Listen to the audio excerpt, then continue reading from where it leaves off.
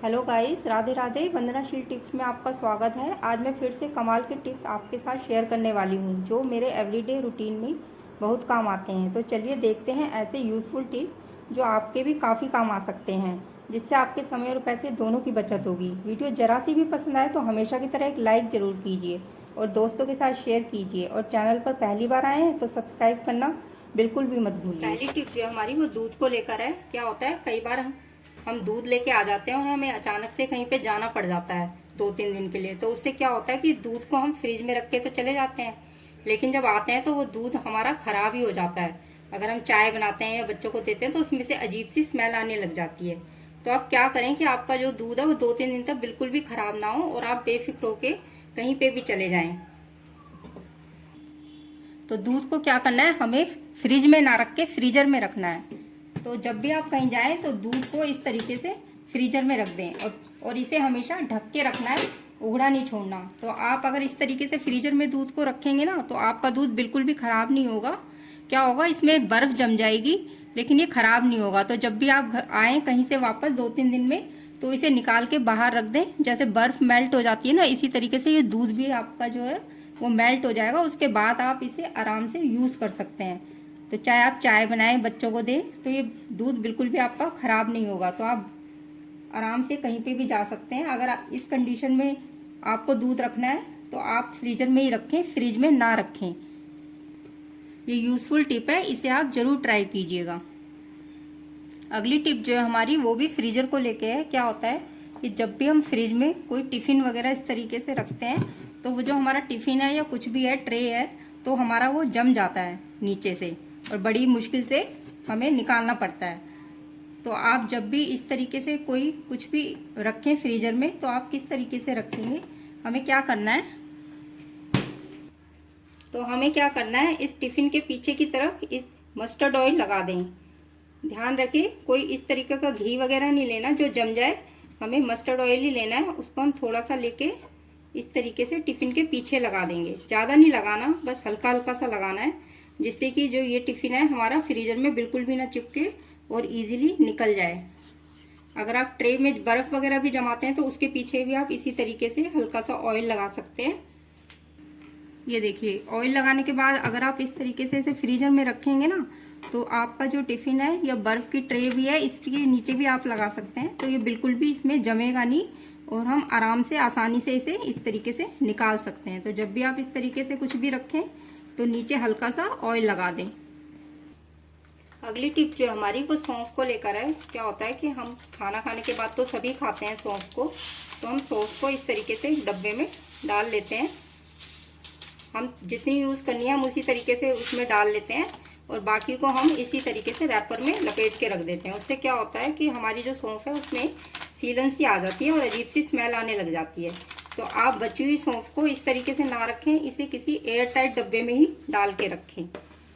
तो आपकी जो सौंफ है वो आधी बच जाए तो आप इस तरीके से एक टाइट डब्बे में डाल के रख लें, जिससे कि जो आपकी सौंफ है वो ख़राब ना हो। क्या होता है कि सौंफ जब खराब हो जाती है तो उसका कलर भी चेंज हो जाता है और उसमें से स्मेल भी आने लग जाती है। तो इस तरीके से बची हुई सौंफ को आप इस तरीके से किसी टाइट टिफिन में डाल के रख दें। और क्या करें, जो हमें खानी है सौंफ इसको हम इसी तरीके से ना रखें, इसमें या तो हम चीनी मिला लें या फिर हम इसमें मिश्री मिला लें। ये देखिए, मिश्री मिला के रखें। उससे क्या होगा, जो आपकी सौंफ है वो एक तो ख़राब नहीं होगी और इसमें मॉइस्चर भी नहीं आएगा। इस तरीके से आप मिक्स कर लें इसमें।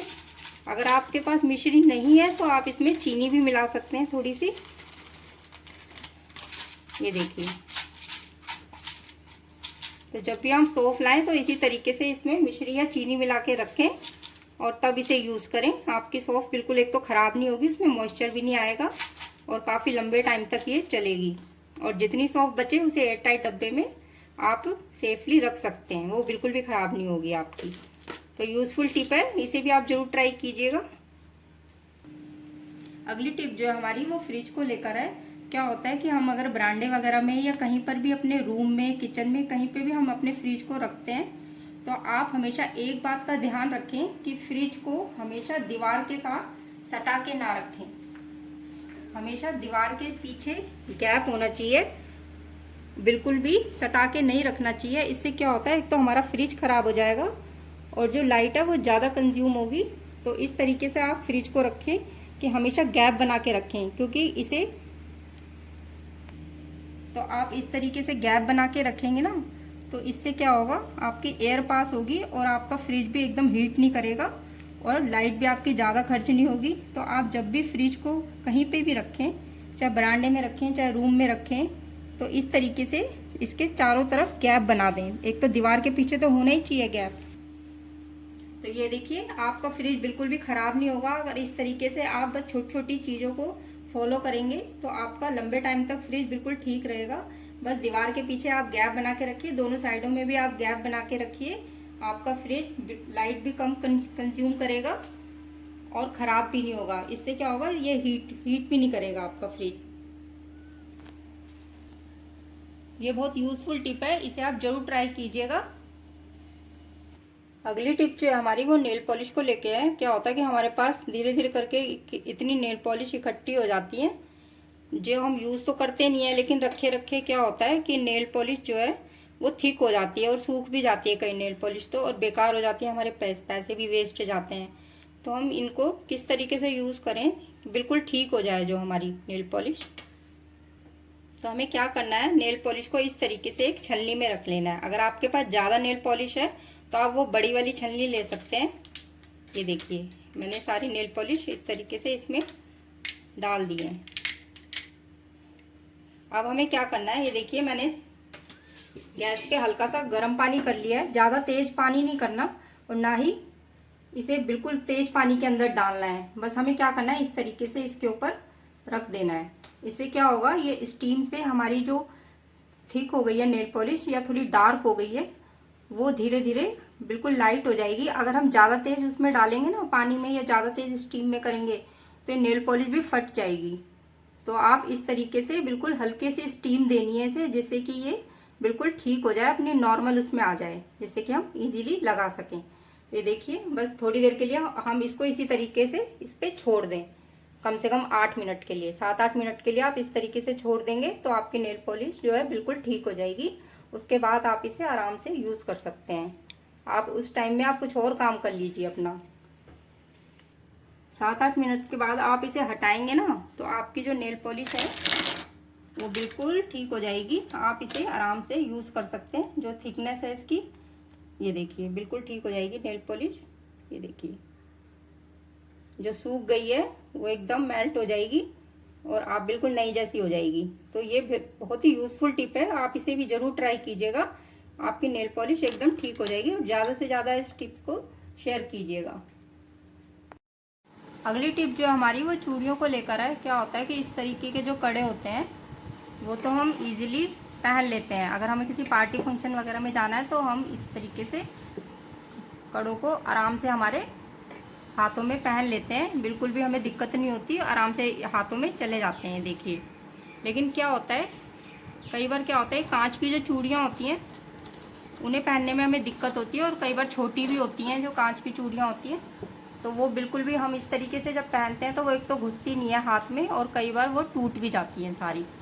तो जल्दबाजी में बिल्कुल टूट जाती हैं वो चूड़ियाँ। हम इस तरीके से पहनेंगे, हमें क्या करना है, इस तरीके से एक पॉलीथीन ले लेनी है। इसको हम हाथ में इस तरीके से डालेंगे। ये देखिए, इससे क्या होगा, हम जितनी भी चूड़ियाँ पहन लें वो बिल्कुल भी एक तो टूटेंगी नहीं, और फटाफट ये देखिए फिसल के एकदम से हमारे हाथ में चली जाएंगी। ये देखिए कितने इजीली हम इसको पहन सकते हैं, बिल्कुल भी मुझे दिक्कत नहीं हो रही चूड़ियों को पहनने में। ये देखिए, चाहे कितनी भी चूड़ियाँ आराम से ये देखिए फटाफट आपकी चूड़ियाँ जो है वो हाथों में आप पहन लेंगे। ये देखिए, देखा आपने कितने आराम से, ये देखिए फिसल के। तो बस जब भी आपको कहीं जाना है तो इस तरीके से आप पॉलीथीन हाथ में पहने और चूड़ियाँ पहन लें। देखिए मैंने कितनी छोटी चूड़ी है मेरी, और मैंने कितने आराम से इनको फटाफट पहन लिया है। क्योंकि इस तरीके से कड़े जो हैं वो तो हम बिना पॉलीथीन के पहन लेंगे, लेकिन ये जो चूड़ियाँ अगर आपको पहननी है और छोटी हैं तो आप हमेशा पॉलीथीन का यूज़ करें। ये देखिए